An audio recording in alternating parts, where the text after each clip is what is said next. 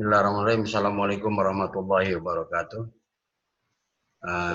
Teman-teman, sahabat Dai, sahabat Parmus yang berbahagia, alhamdulillah siang ini kita diberikan kenikmatan yang luar biasa oleh Allah SWT. Kita bersyukur dan kita dalam daurah session kali ini ditemani oleh Kiai Haji Syuhada Bahri yang sudah siap bersama kita. Saya mengingatkan teman-teman sekalian ya, untuk kita tetap istiqomah mengikuti daurah ini. Mari kita lanjutkan teman-teman daurah yang lalu ya. Ini menyambung apa yang disampaikan oleh kiai kita. Terakhir teman-teman sekalian, kita sudah dibukakan peta tentang pertarungan abadi. Ya. Jadi memang dakwah, karena itu dakwah tidak pernah berhenti. Tentu kita juga diberikan gambaran insya Allah secara utuh karena ini sebuah pertarungan. Jadi analisanya, kajiannya barangkali akan lebih mendalam kembali. Karena itu kami persilakan Kiai Haji Syuhada Bahri untuk bisa memberikan usianya. Tafadhol Ustaz. Bismillahirrahmanirrahim. Assalamualaikum warahmatullahi wabarakatuh.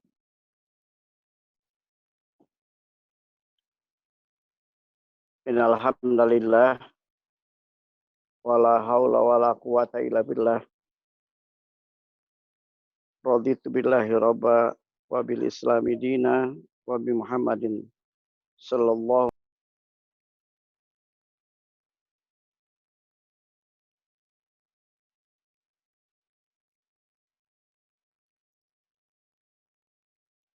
Dengaran nggak suara?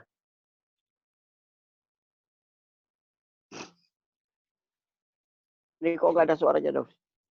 Ya syukur kita panjatkan kehadirat Allah.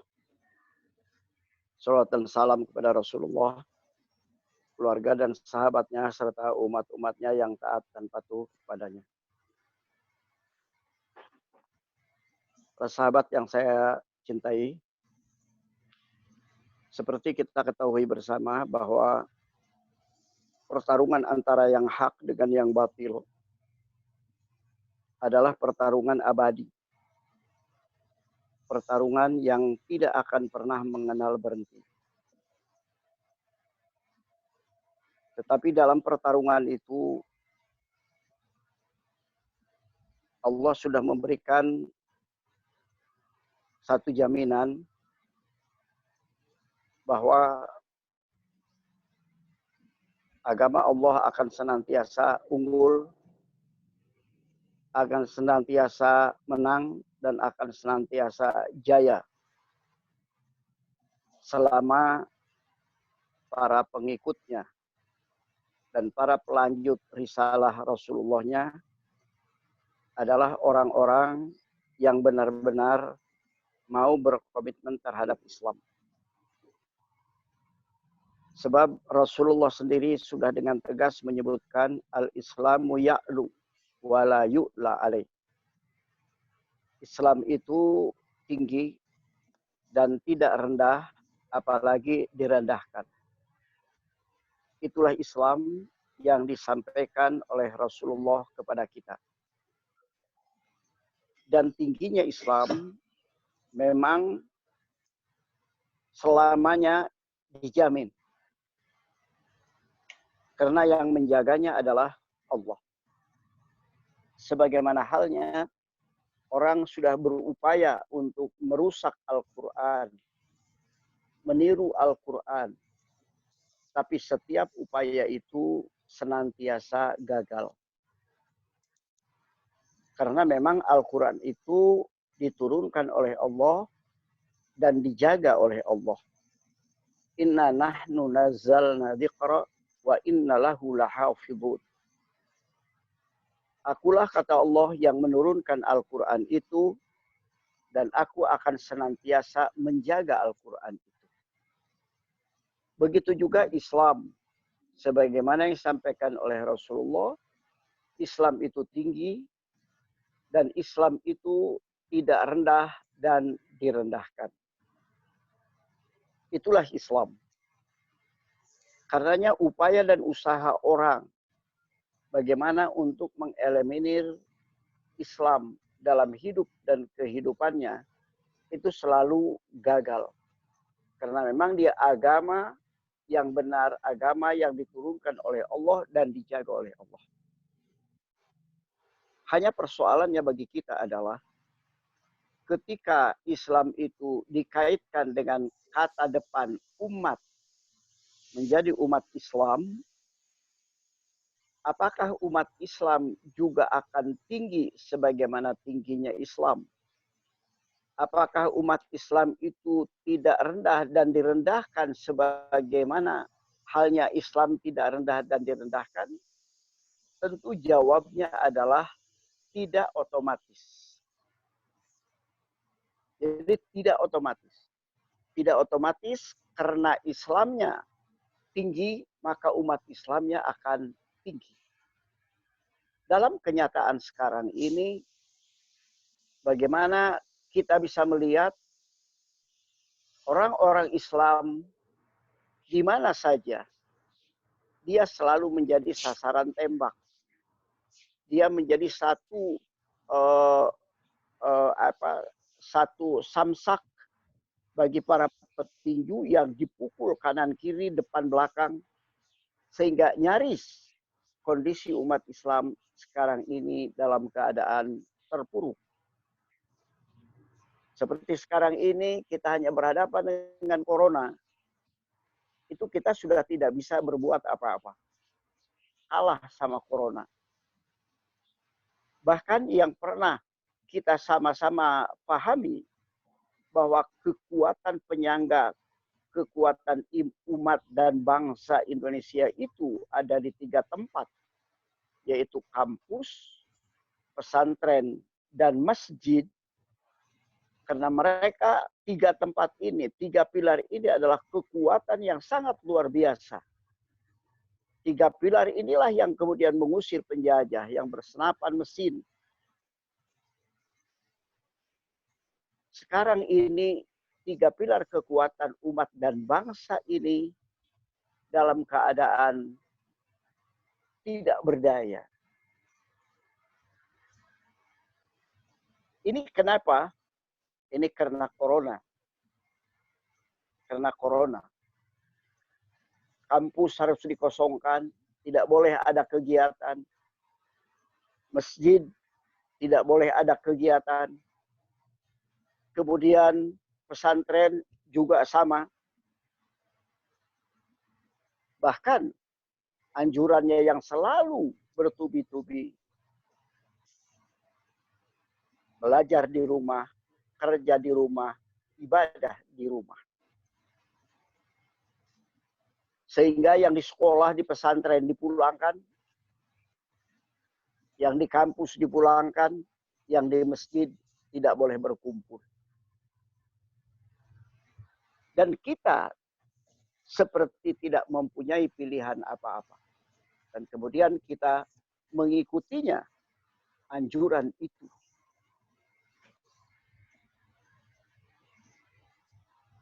Itulah kenyataan yang bisa kita lihat sekarang.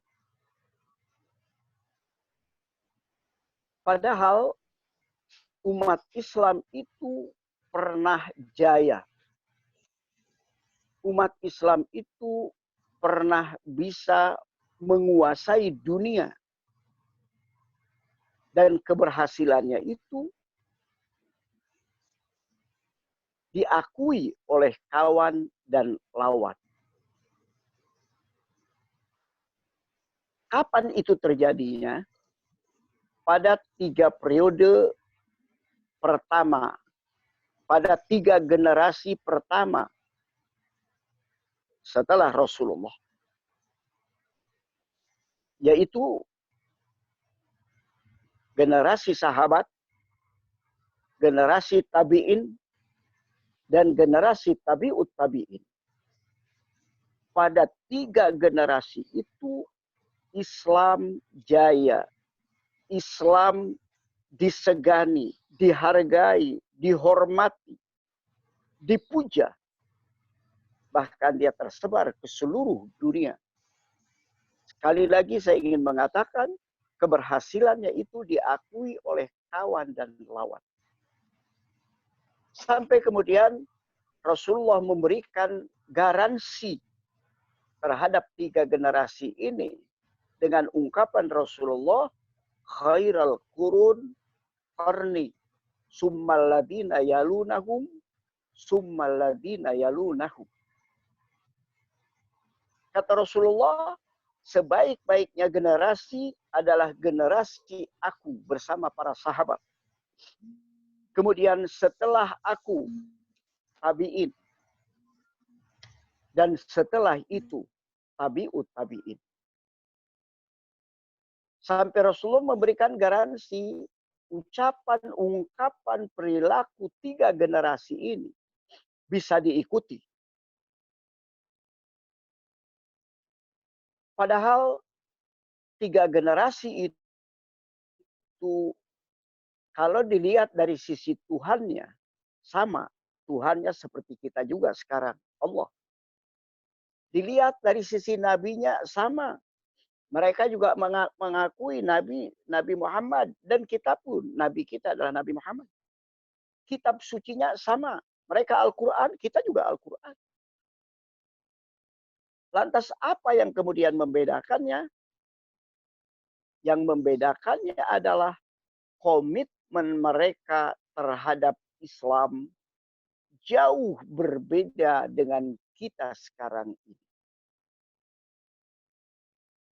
3 generasi itu kalau mereka mengatakan Islam, kemudian kita bisa melihat bahwa seluruh tubuhnya itu, perilakunya, ucapannya, nawaitunya, niatnya, tingkah lakunya, itulah cerminan dan gambaran Islam pada diri mereka. Sementara di zaman belakangan ini, di zaman kita sekarang ini, banyak yang Islam hanya sekedar pengakuan. Yang Islam hanya tercantum di dalam KTP. Sebab ketika satu kali saya bertemu dengan orang dari Australia, kemudian ngobrol-ngobrol dengan orang itu, dia katakan, saya tanya kepada dia, mayoritas penduduk Australia ini beragama apa? Jawab dia, kenapa pertanyaannya seperti itu? Saya merasa, mungkin pertanyaan saya tidak bisa dipahami oleh dia. Akhirnya saya kasih perbandingan. Katanya seperti Indonesia, mayoritas penduduknya beragama Islam. Kata dia, saya nggak percaya kalau Indonesia penduduknya beragama Islam. Karena kata dia, saya sudah berjalan di Indonesia ini sudah hampir dari ujung sampai ke ujung. Kalaulah benar Indonesia itu mayoritasnya beragama Islam, kata dia, maka pasti masjid-masjid yang ada setiap hari Jumat dia tidak akan mampu menampung orang-orang yang melaksanakan salat Jumat. Tapi kenyataannya kata dia, saya masih banyak menemukan masjid-masjid itu jangankan pada hari biasa, pada hari Jumat pun tidak mampu memenuhi masjid-masjid itu. Sampai kemudian saya pikir-pikir, ada benarnya juga apa yang dikatakan oleh si bule itu. Dan sekaligus bagi saya itu adalah merupakan sebuah koreksi. Karenanya dengan jujur, saya ingin mengatakan dari hati saya yang paling dalam, bahwa saya merasa saya berdakwah mengajak orang ke masjid itu sudah puluhan tahun. Kenapa? Corona begitu hebat. Tidak sampai 1 bulan sudah mampu membubarkan masjid-masjid. Dari orang yang pengisinya juga tidak penuh. Sehingga saya kadang-kadang berpikir, harus bagaimana lagi nanti kalau orang sudah keenakan merasa beribadah di rumah. Orang akan berdalih, kan di rumah juga ibadah. Kalau soal berdoa, di rumah juga berdoa, bisa. Itu betul. Saya tidak akan menyangkal itu. Tetapi bagi kita, pastilah orang yang tahu dan merasakan.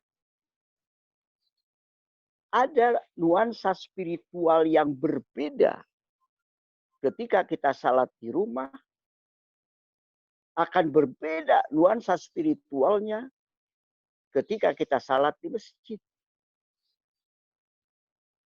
Sebagaimana halnya nuansa salat kita, perasaan salat kita di Masjidil Haram pasti akan jauh berbeda nuansa spiritualnya dibandingkan ketika kita salat di Indonesia ini. Karena memang di situ ada barokah. Karena di situ adalah barokah. Karena umum kemudian dikatakan bahwa masjid itu adalah Baitullah. Rumahnya Allah. Yang dijaga oleh Allah. Saya pernah menelusuri korban bencana di Palu. Nyaris dari ujung sampai ke ujung. Melewati di pinggir pantai, rumah-rumah yang runtuh dan lain sebagainya.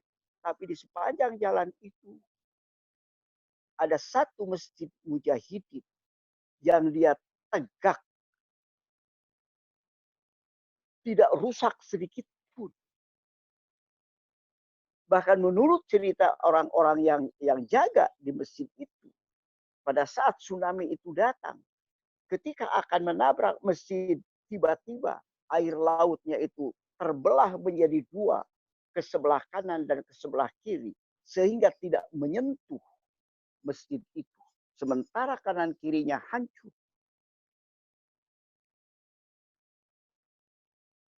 Ini karena memang yang menjaganya adalah Allah.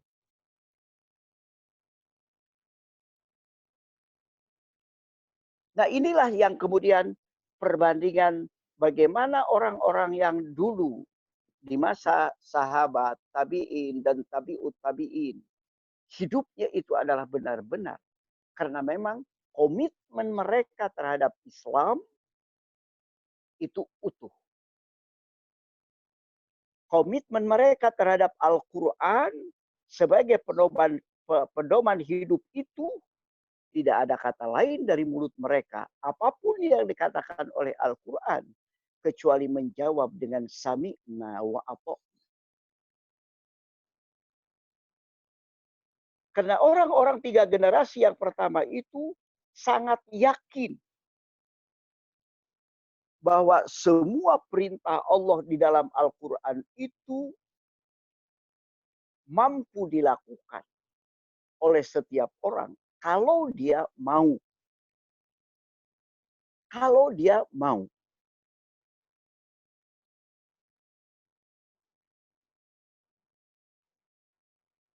Sebab Allah sudah menegaskan la yukallifullahu nafsan illa wus'aha.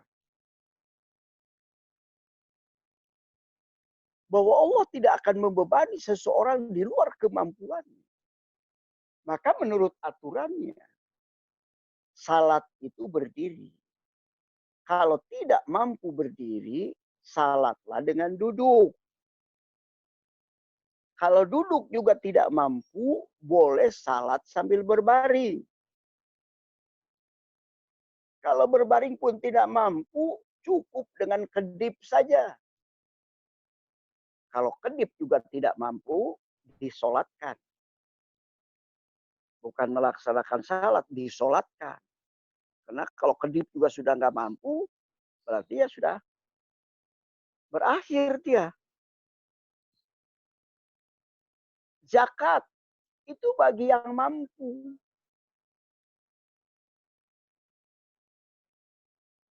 Nah, sementara bagi yang tidak mampu, menurut Quran adalah bagian menerima bagian dari zakat itu.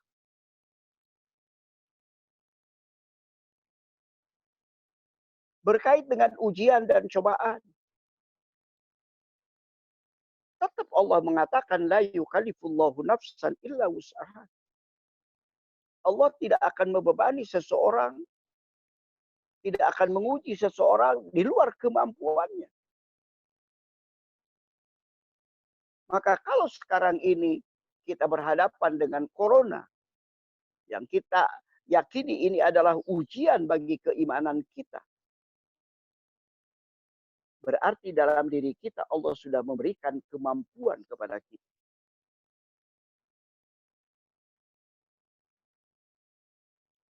Dunia kedokteran sepakat. Sampai sekarang belum ditemukan obat untuk penyembuh sakit corona. Karena penyembuhnya adalah ketahanan fisik kita. Ketahanan fisik kita. Maka oleh karena itu, kita tidak boleh kemudian kehilangan akal seolah-olah dunia ini akan tengkurap karena corona. Justru bagi kita adalah ini harus merupakan alat evaluasi terhadap perjalanan hidup kita dalam kaitannya dengan sejauh mana kita meyakini Allah dan sejauh mana kita mampu mewujudkan perintah-perintah Allah dalam hidup dan kehidupan kita. Baik sebagai pribadi, keluarga, masyarakat, sampai kepada kehidupan berbangsa dan bernegara. Ikhwani wa akhwati yang saya hormati. Ujian yang sekarang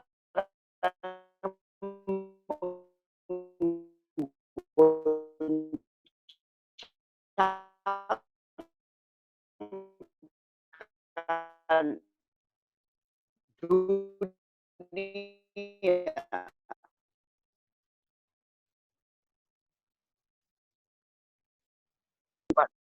dibandingkan dengan oleh Nabi Yunus.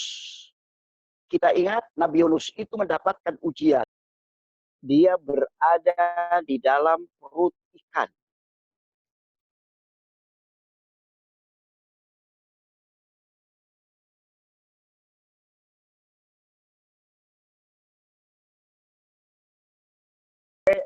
Beliau itu berada di dalam perut ikan itu selama 40 hari, 40 malam. Pasti dia akan bisa hidup. Berada dalam perut ikan, dia sudah berada di dalam sebuah kegelapan. Berarti ada kegelapan yang kedua di bawah laut. Kedetan dalam malam hari gelap gulita harus dihadapi oleh Nabi Yunus. Logika akademik tidak mungkin akan mengatakan bahwa dia bisa hidup.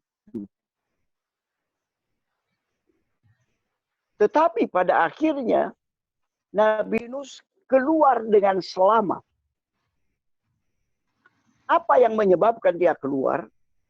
Selama berada di dalam perut ikan itu, dia membaca doa. La ilaha illa anta subhanaka inni kuntu minadh dhalimin. Itu saja yang dibaca oleh Nabi Yunus. La ilaha illa anta subhanaka inni kuntu minadh dhalimin. Hanya itu yang dibaca. Sampai akhirnya ikannya itu mules. Kalau dalam bahasa manusia, mules. Kemudian muntah. Dan Nabi Yunus keluar bersama muntahnya ikan itu. Selamat. Dan keluar dalam keadaan hidup. Apa yang menyebabkan dia keluar? Bacaan la ilaha illa anta subhanaka inni kuntu minadh dhalimin. Hanya yang perlu kita ingat, ketika Nabi Yunus membaca la ilaha illa anta subhanaka inni kuntu minadh dhalimin, tentu bukan hanya diucapkan oleh lisan, tetapi ucapan lisannya itu lahir dari sebuah kesadaran hati yang paling jujur.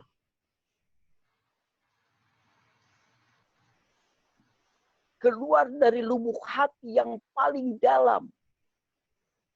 Sebagai sebuah pengakuan. La ilaha illa anta. Tidak ada Tuhan selain Engkau ya Allah. Subhanaka, maha suci Engkau ya Allah. Inni kuntu minadh dhalimin. Aku banyak berbuat dali, berbuat dosa dan kesalahan. Banyak aku mengingkari perintah-perintahmu dan tidak menjauhi larangan-laranganmu. Dia sesali pada saat itu dengan melahirkan dua itu. Mengakui Allah dan mensucikan Allah. Kemudian yang ketiganya adalah bertaubat, meminta ampun kepada Allah. Inni kuntu minadh dhalimin. Aku adalah termasuk orang-orang yang zalim. Maka Allah ampunkan dosa dan kesalahannya. Kemudian Allah perintahkan ikan itu untuk mengeluarkan Nabi Yunus. Sangat boleh jadi, na'udzubillah, sangat boleh jadi, mudah-mudahan saya salah,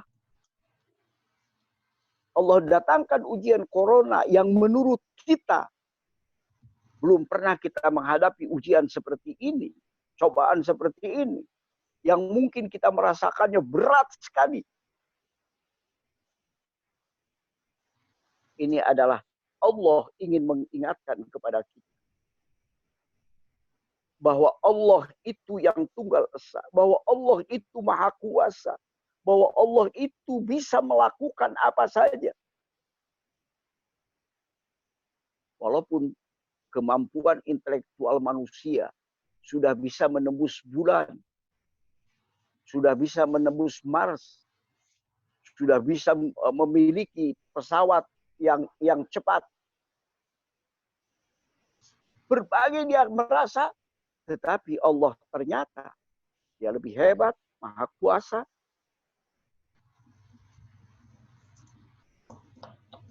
Dan kemudian mengingatkan kepada kita betapa banyak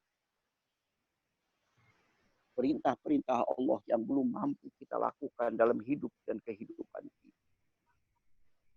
Betapa banyak larangan-larangan Allah yang belum mampu kita lakukan. Padahal, sekali lagi saya ingin mengatakan, semua perintah Allah itu akan mampu kita lakukan kalau kita mau.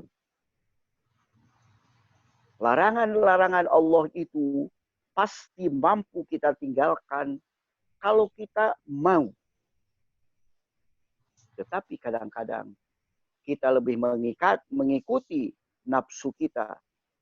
Kita lebih mengikuti buyuk rayu setan terhadap kita.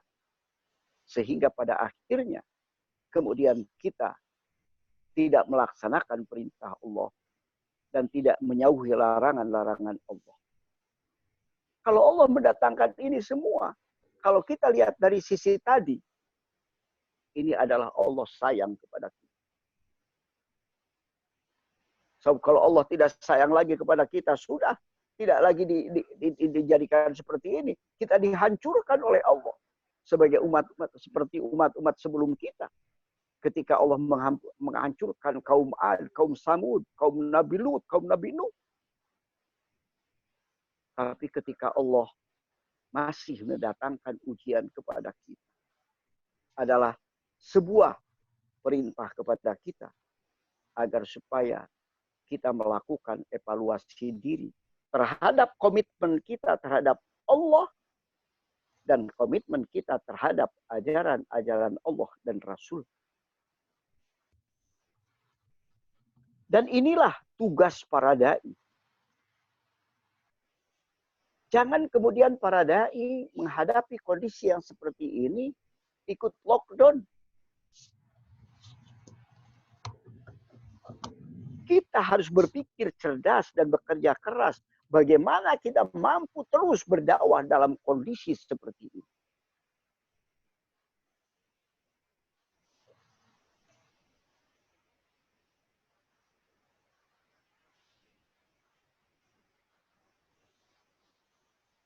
Sangat boleh jadi virus ini Allah datang Ramadan.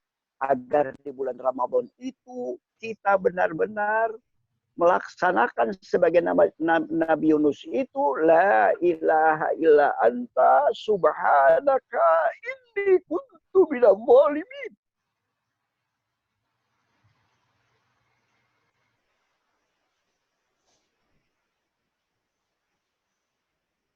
Karena kita tahu puasa adalah didatangkan untuk mengampuni dosa dan kesalahan kita.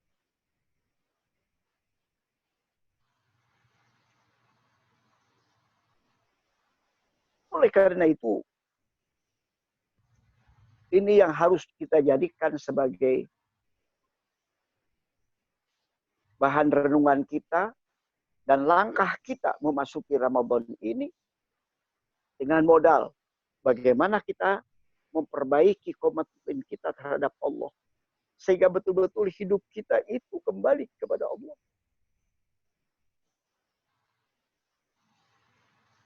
Bahwa apa yang terjadi ini semuanya berasal dari Allah dan harus kembali kepada Allah. Inna lillahi wa inna ilaihi raji'un.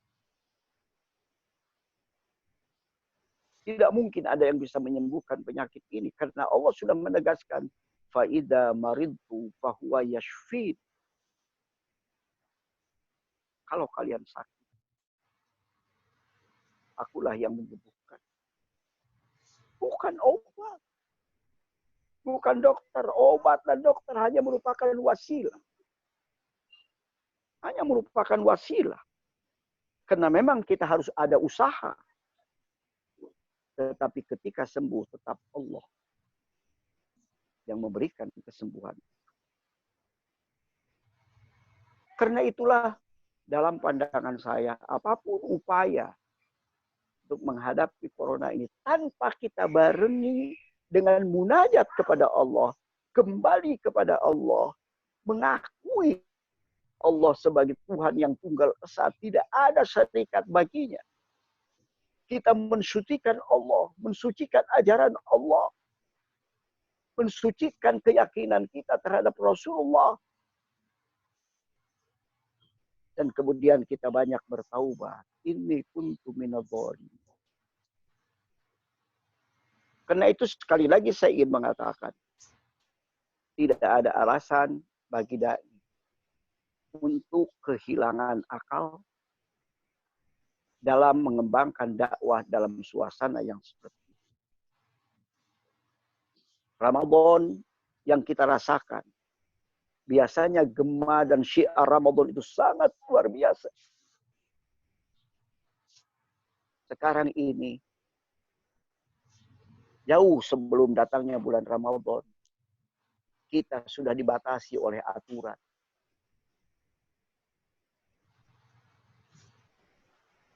Ibadah di rumah. Kemudian dikasih dalil lagi, peluang dan kesempatan bagi kita untuk membina keluarga. Karena itu, dalam pikiran saya, mungkin sudah banyak orang yang sudah melakukan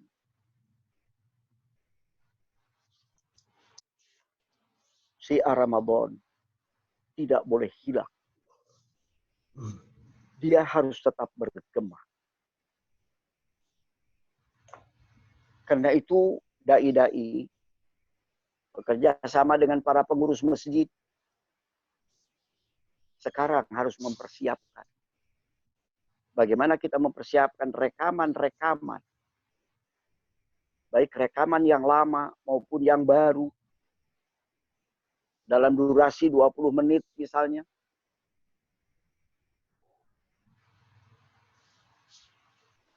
Dan kalau sudah ada itu, selesai salat subuh, kita putar kaset wirid pagi. Tidak perlu pakai jamaah. Tapi dia harus tetap bunyi dari masjid. Selesai salat duhur, kita putar kaset ceramah 20 menit. Tidak usah nunggu jamaah.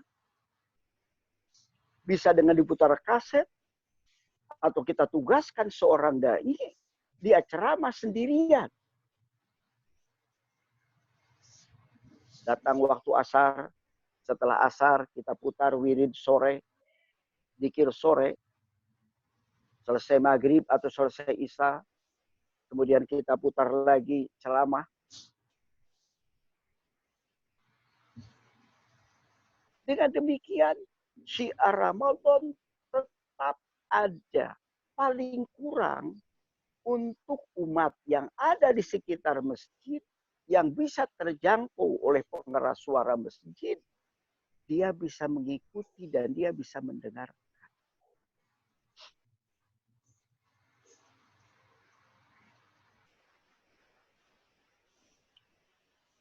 Yang punya radio, dia harus lebih menggencarkan lagi.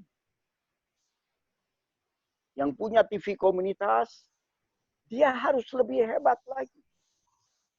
Masih bisa kita lakukan. Tidak perlu ada mubalik yang nganggur, tidak perlu ada dai yang nganggur. Tapi bisa kita optimalkan. Ustadz, setiap selesai duhur di masjid ini, selesai dari subuh, satu orang kita tempatkan di masjid itu. Ustadz itulah yang membimbing doa pagi, doa sore. Ustadz itulah yang menyampaikan ceramah. Dengan demikian kita tidak menyalahi aturan pemerintah. Tapi di sisi lain, syiar Ramadan tetap terdengar di mana-mana. Insya Allah dengan cara yang seperti itu, mudah-mudahan melahirkan kesadaran jamaah kita yang ada di rumah untuk kemudian banyak melakukan ibadah, bertaubat kepada Allah, sehingga betul-betul Ramadan yang sekarang ini kita menemukan apa yang kita inginkan, la'allakum tattaqun, untuk menjadi orang yang takwa. Dan kalau sudah menjadi orang yang takwa, Allah sudah menjanjikan, wa may yattaqillaha yaj'al lahu makhraja wa yarzuqhu min haitsu la yahtasib. Kalau kita sudah menjadi orang yang takwa, Allah yang akan memberikan jalan keluar dari kesulitan yang kita hadapi. Dan kemudian Allah akan memberikan rezeki dari arah yang tidak diduga. Virus corona yang begitu luar biasa. Kemudian dampaknya terhadap ekonomi dan lain sebagainya. Selesai. Kalau kemudian kita kembali kepada Allah. Mengakui kedoliman yang pernah kita lakukan. Inilah yang harus kita lakukan, evaluasi untuk diri kita. Kalau kita diam saja, tidak melakukan apa-apa, maka fungsi kita sebagai dai juga berhenti. Kemudian yang kedua, kita tidak punya kesempatan untuk berdakwah dalam suasana yang susah. Kemudian yang ketiga, naudzubillah, kalaupun kita berdoa, doa kita kemudian tidak akan didengar lagi oleh Allah. Nah kata Rasulullah, muru bil ma'ruf wanhau 'anil munkar qabla an tadfala utibalak. Seluruh orang berbuat baik. Cegahlah orang dari perbuatan jelek. Sebelum, kata Rasulullah, doa kalian ketika berdoa tidak lagi didengar oleh Allah. Na'udzubillah minta. Oleh karena itu, sebagaimana yang saya katakan, kalau generasi awal, sahabat, tabi'in, dan tabi'ut tabi'in, benar-benar kemudian menjadi umat yang tinggi dan ditinggikan. Umat yang terhormat, dihormati dan terhormat. Baik di hadapan kawan maupun di hadapan lawan. Karena komitmen mereka terhadap Allah komitmen mereka terhadap Rasulullah, komitmen mereka terhadap petunjuk yang Allah turunkan kepada kita berupa Al-Quran dan As-Sunnah. Maka kalau kemudian umat Islam di zaman sekarang, kita harapkan itu menjadi umat yang tinggi dan ditinggikan, maka para dai sekarang ini harus memulai menyingsingkan lengan baju bagaimana membangun jamaah umat agar dia segera kembali kepada Allah. Dan sekarang inilah peluangnya yang paling bagus dalam pandangan saya. Kita masih bersyukur, kita masih sekarang masih punya fasilitas dan lain sebagainya. Dan untuk kawan-kawan yang ada di daerah, yang memang di lingkungannya tidak ada yang terkena, tidak ada yang ODP, apalagi yang kemudian ada yang positif, kegiatan berjalan seperti biasa. Karena tuntunan fatwa Majelis Ulama pada poin yang ketiganya, bagi kawasan yang zona hijau, artinya tidak ada ODP, tidak ada yang terpapar corona, maka dia tetap harus melaksanakan kegiatan-kegiatan agama dengan fasilitas. Dan hal ini kita harus punya keberanian untuk mengingatkan para petugas bahwa di kawasan kita, atau kita tanyakan kepada para petugas, siapa di lingkungan kita, jamaah kita yang terkena. Kalau ada ditemukan yang terkena, maka dialah yang diisolasi di dalam rumahnya. Sementara yang lain kegiatan bisa berjalan dengan biasa. Ikhwani wa akhwati, saya kira itu aja dulu untuk kali ini. Mudah-mudahan yang sedikit ini ada manfaatnya bagi kita. Bila ada yang benar, datangnya dari Allah. Bila ada yang salah, mudah-mudahan Allah memaafkan saya dan memaafkan kita semua. Dan mudah-mudahan besok kita masih bisa ketemu lagi. Assalamualaikum warahmatullahi wabarakatuh.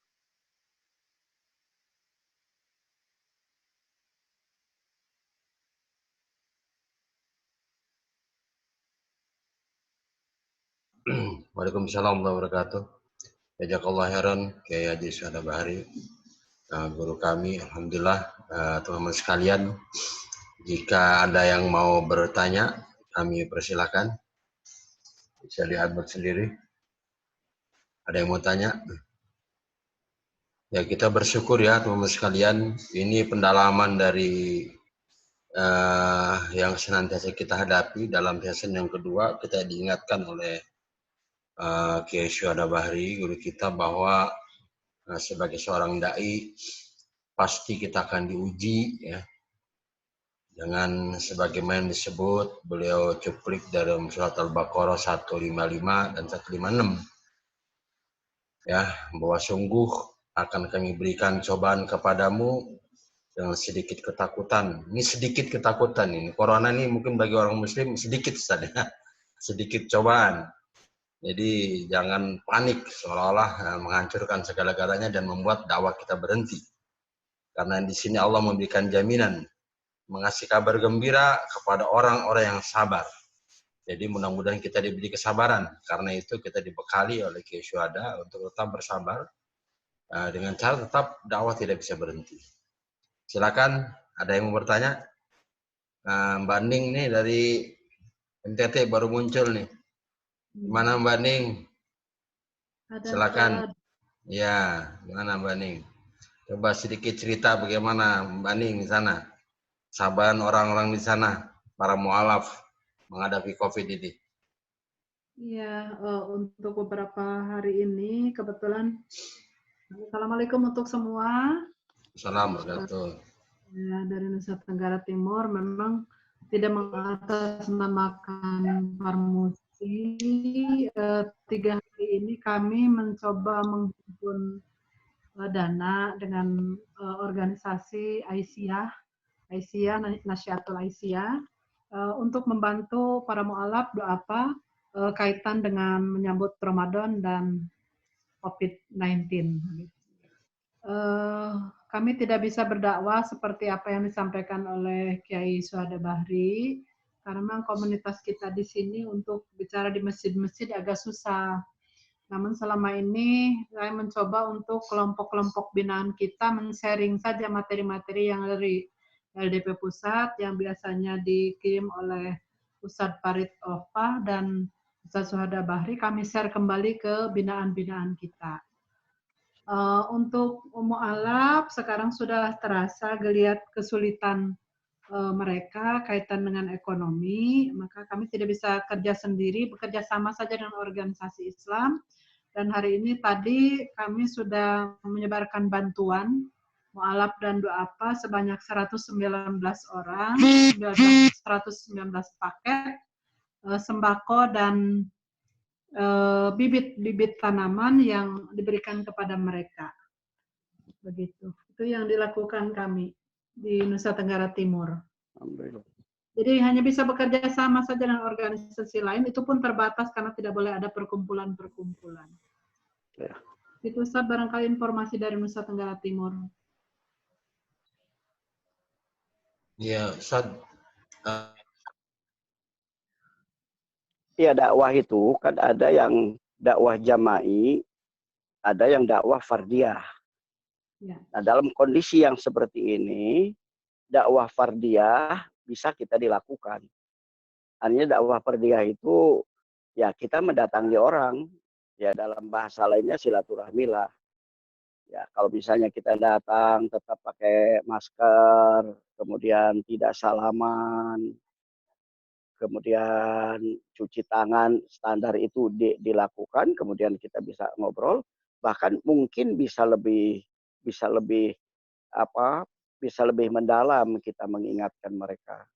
Cuman memang kalau untuk daerah sana, ya saya sangat paham, mungkin ya harus bawa Bu Ningnya harus tetap setiap datang itu harus bawa buah tangan lah. Walaupun istilahnya hanya satu bungkus sukro misalnya ya harus tetap kalau yang seperti itu. Bawang Tetapi yang dia bukan bawa. kenapa? Dia banyak bawang, Ustaz, yang dia bawa biasanya bawang besar. Ya. Nah itu justru sekarang ini kita menanamkan keyakinan kita terhadap kekuasaan Allah itu kita bisa melihat. Insya Allah kalau kemudian kita ajak berdoa, ya kemudian diajarin doa-doa pendek dan lain sebagainya. Misalnya sebelum kita tidur untuk menjaga diri kita, nah, suruh berwudu dulu, kemudian baca Fatihah, baca ayat kursi, bawa kulhu, qul a'udzu falaq, qul a'udzu nas. Kemudian ditiupkan ke tangan, diusap ke seluruh tubuh yang bisa terjangkau oleh tangan kita. Nah, insya Allah kata Rasulullah kalau itu yang dilakukan itu sampai pagi tidak akan terkena guna-guna. Artinya tidak akan terkena guna-guna itu segala sesuatu yang akan membahayakan terhadap diri kita itu Allah yang jaga.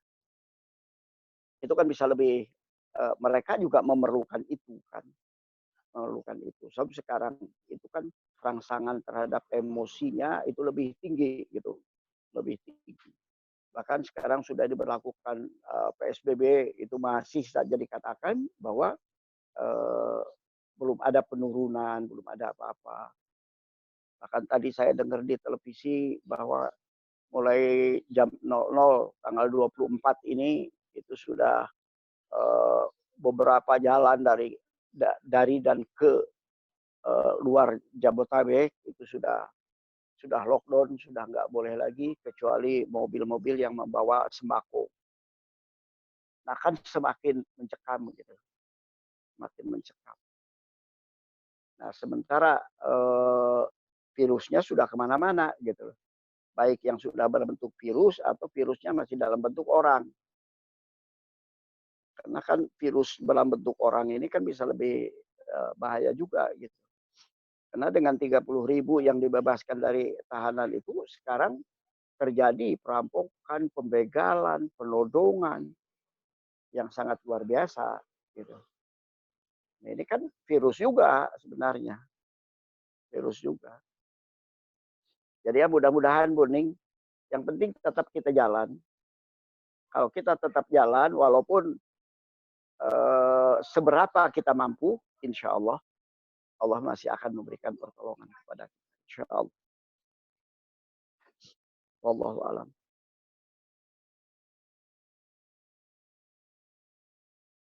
Ya, ada lagi yang lain? Silakan kawan-kawan. Pak Ustadz Supriyadi, Tafadhol Ustadz. Ya, Pak Ustadz, Assalamualaikum warahmatullahi wabarakatuh. Waalaikumsalam warahmatullahi wabarakatuh. Pak Kiai, kita tadi Pak Kiai bahas bahwa kita harus punya keyakinan bahwa yang menyembuhkan Allah. Jadi kalau umpama kita sakit, Allah yang akan menyembuhkan.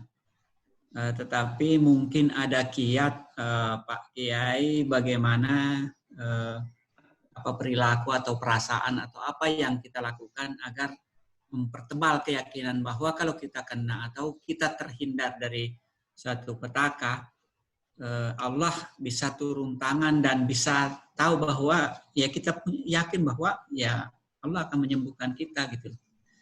Karena kita melihat sekarang ini kan yang kita lakukan fisik semua. Sementara kita tahu bahwa kekuatan spiritual itu jauh lebih dahsyat, lebih hebat daripada fisik. Betul. Kalau di dunia pikiran kan fisik itu cuma 20%, sementara di bawah sadar itu 80% memegang kendali. Nah ini mohon penjelasan kiat di dalam Al-Quran atau pemahaman Pak Kiai untuk mempertebal keyakinan kita supaya kita makin yakin bahwa kita mampu melalui kondisi ini baik secara individual maupun secara berjamaah. Monggo, makasih Kiai. Yang pertama, kalau menurut saya, kita harus yakin juga bahwa kita itu pasti akan diuji. Itu satu. Ya. Kemudian yang kedua, kita harus yakin juga bahwa ujian itu tidak akan lebih berat dari kemampuan yang sudah Allah tanam di dalam diri kita. Misalnya kan kita tahu, semua para ahli sepakat bahwa virus ini itu bisa dilawan oleh ketahanan tubuh kita. Ya, ketahanan tubuh kita. Kemudian ketahanan tubuh itu akan tumbuh dengan sendirinya ketika kita tenang. Ketika kita hidup ini enjoy. Itu dia akan muncul. Dia akan muncul tambahan kekuatan. Jadi sama seperti misalnya kalau kita bersin, kan ada yang disebut dengan droplet. Ya, itu kan yang memuntahkan virus. Itu memang betul. Jadi dilawan oleh ketahanan tubuh kita, kemudian dia keluar. Makanya Rasulullah mencontohkan kepada kita kalau bersin baca alhamdulillah. Karena berarti virus yang akan mengganggu tubuh kita udah dikeluarkan oleh bersin itu. Gitu anunya itu. Nah, jadi hal-hal yang seperti itu. Nah, kemudian yang ketiga, untuk membangun keyakinan itu bahwa seperti yang sudah saya katakan tadi bahwa Allah menegaskan faida maridu fahuwa yashfi. Maka oleh karena itu kalau Allah yang mau menyembuhkan, banyak sekali kan pengalaman-pengalaman umat manusia yang dokter itu sudah angkat tangan, nggak mampu lagi untuk mengobatinya. Tapi ketika sampai ke kampung, dikasih obat-obatan kampung, ramuan-ramuan, malah sehat dan segar kembali. Nah itu contohnya. Ya, kalau Allah belum berkehendak, kalau belum berkehendak. Tapi kalau Allah sudah berkehendak, jangankan sakit. Nggak sakit aja tiba-tiba meninggal banyak sekarang. Tapi kalau sekarang kan sakit apa saja orang yang meninggal itu pasti akan disebutnya corona. Itu kan untuk lebih menakutkan saja kan. Lebih menakutkan saja. Kemarin di Keramat Raya itu ada ibu-ibu yang dari pagi tiduran saja di pemberhentian bus itu. Nggak ada yang berani. Karena orang menduganya itu corona. Sampai kemudian tim corona itu yang datang bawa ambulan dengan seragamnya dan lain sebagainya. Ibu itu mengatakan, saya ini kecapean dan lapar. Jadi udah jalan jauh mencari makanan dan lain sebagainya, nggak ketemu. Akhirnya kecapean ya gitu. Tapi karena sekarang zamannya zaman corona, ya udah corona aja. Yang paling gampang. Tapi kan dengan itu kemudian yang lain yang lihat jadi semakin takut. Nah, jadi kayak begitu akhirnya. Nah, jadi itu. Kemudian yang berikutnya kita harus mulai dari sekarang. Kan kata Rasulullah, kalau kita masuk ke rumah itu baca a'udzu bikalimatillahi tammah min syarri ma khalaq. Tapi standar WHO kan masuk rumah, cuci tangan, kemudian disemprot disinfektan kan, disemprot. Rasulullah sudah mengajarkan seperti itu. Ya, jadi a'udzu bikalimatillahi tammah min syarri ma khalaq. Ya Allah, aku berlindung kepadamu dengan kalimatmu yang sempurna dari kejahatan makhluk-makhluk. Kan itu sudah, virus kan makhluk Allah juga. Betul. Makhluk Allah juga. Nah, kemudian kita terus berwudu misalnya, kemudian kita salat, lantas ketika makan baca bismillah kata Rasulullah. Betapa pentingnya bismillah ketika makan itu, sampai Rasulullah mencontohkan, kalau ada makan keburu-buru, kita nggak sempat baca bismillah. Kata Rasulullah, ketika kamu ingat baca bismillahi awaluhu wa akhiruhu. Itu untuk menunjukkan betapa bismillah sebelum makan itu sangat penting. Ketika kita mau keluar, bismillahi tawakkaltu 'ala Allah la haula wala quwata illa billah. Ketika kita mau masuk kamar mandi, Allahumma inni a'udzubika minal khubusi wal khaba'is. Jadi kalau itu kita sudah membiasakan, kemudian insya Allah hati kita tenang. Kenapa? Kita selalu zikir kepada Allah. Karena kata Allah, ala bidzikrillah tatmainnul qulub. Kalau kamu selalu ingat kepada aku, hatimu akan tenang. Karena Allah akan menjaga kita, Allah akan memelihara kita.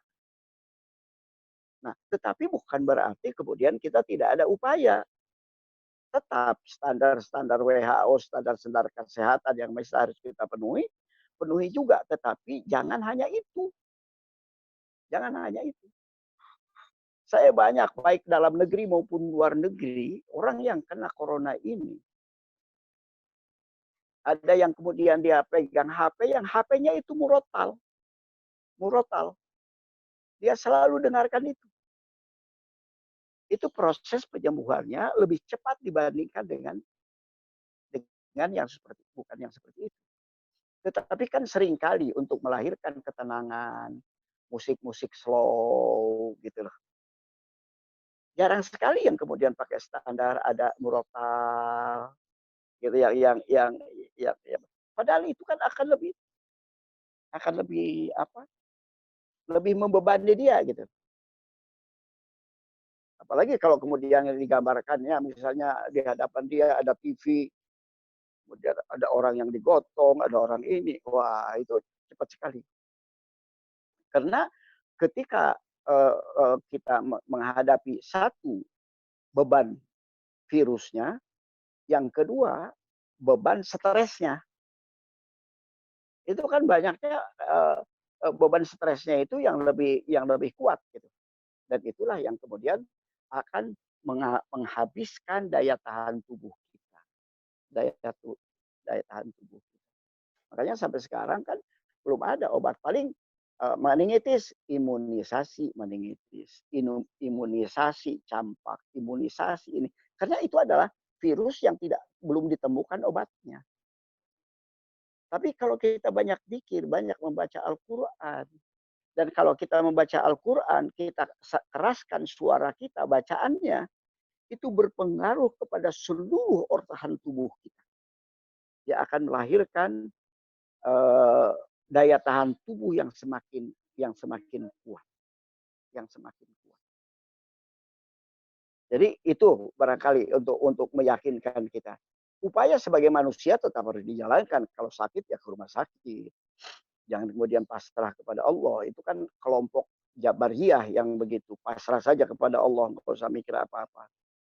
Tapi kalau hanya usaha saja tidak ada pendekatan spiritualnya. Seperti yang antum katakan itu kan termasuk kelompok Qadariyah nanti. Yang mengandalkan usaha terus. Nggak ada kemudian pendekatan spiritualnya. Makanya anak saya dia mendaftar untuk menjadi relawan sebagai dokter, menjadi relawan corona. Saya sudah pesankan sama dia, Ya perkenalkan, kalau kita ketemu dengan pasien, baca Assalamualaikum. Kemudian katakan bahwa saya akan membersamai Bapak dalam proses penyembuhan, tetapi kita harus ingat yang menyembuhkan adalah Allah. Saya sebagai dokter hanya bisa merawat Bapak sesuai dengan keilmuan saya. Tetapi untuk kaitannya dengan Allah, Bapak harus banyak berzikir. Nah, kemudian saya ajarin. Zikirnya itu harus apa, harus apa. Saya baca itu aja. La ilaha illa anta subhanaka inni kuntu minadz dzalimin. Baca astagfirullah wa atubu ilaihi. Baca la ilaha illallah wahdahu la syarika lahu, insyaallah akan mempercepat. Wallahu alam. Barangkali yang lain bisa menambahkan pengalaman. Ya, terima kasih Pak Kiai. Alhamdulillah teman-teman sekalian, kita barangkali bisa lanjut besok ya. Insyaallah Ustaz, ini sudah 3. Kalau masih ada atau ada yang mendesak nih, tanya lagi? Nggak ada ya? Nggak usah ada yang Rizal mau nambahkan ini. Nah, ya, alhamdulillah ya, Riau. Ya.